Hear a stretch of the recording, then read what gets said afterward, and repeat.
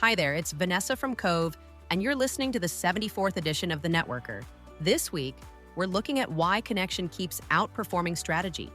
From the psychology behind New Year's resolutions to the measurable impact of strong professional networks on growth and profitability, to why friendships at work are no longer a liability but a competitive advantage. We'll explore how habits, trust, visibility, and generosity quietly shape careers, and why the most resilient professionals are the most relational ones. So let's dive in. Our first story from Cove Insights reframes how we think about New Year's resolutions. While popular culture assumes most resolutions fail quickly, recent data tells a different story. A majority of people stick with their intentions well beyond January. The reason isn't discipline, it's psychology. The fresh start effect creates a mental boundary between who we were and who we want to become. When used intentionally, these moments don't just reset habits. They reopen conversations, relationships, and momentum we may have let fade. From there, Startups Magazine brings hard data to what many founders intuitively feel. New research from American Express shows that business owners with strong professional networks are far more likely to grow revenue and report profitability. Networks don't just provide moral support. They generate leads, unlock insight, and reduce isolation. Connection in this context isn't a soft skill, it's a growth lever.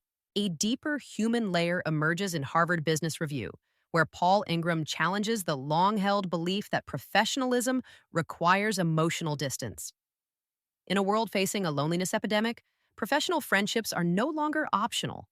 They drive trust, learning, engagement, and retention. When people feel known and supported at work, performance follows.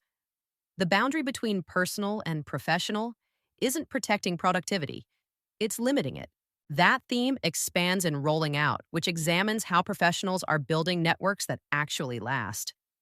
The modern landscape blends digital platforms, niche communities, hybrid events, and in-person moments that build trust. Technology increases reach, but depth still comes from intention.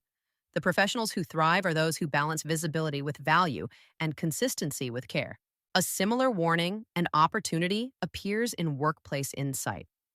As remote and hybrid work reshape daily life, networking skills are quietly eroding, especially among younger professionals. The article argues that networking must be treated as a core workplace capability, not an assumed personality trait. Confidence in connection can be taught. When organizations invest in it, they see stronger collaboration, higher retention, and healthier cultures.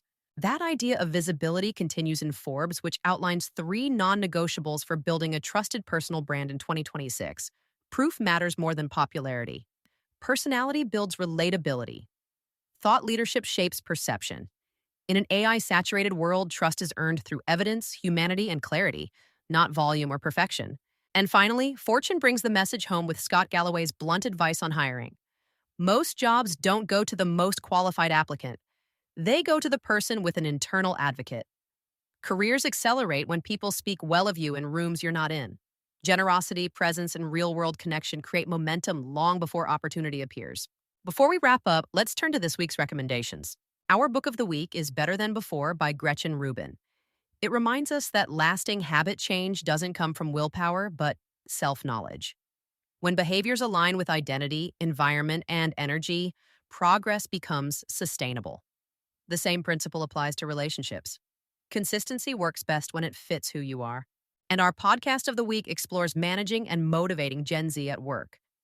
It looks at why this generation responds less to hierarchy and more to trust, explanation, and coaching.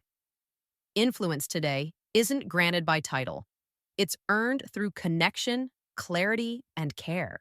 That's all for the 74th edition of The Networker.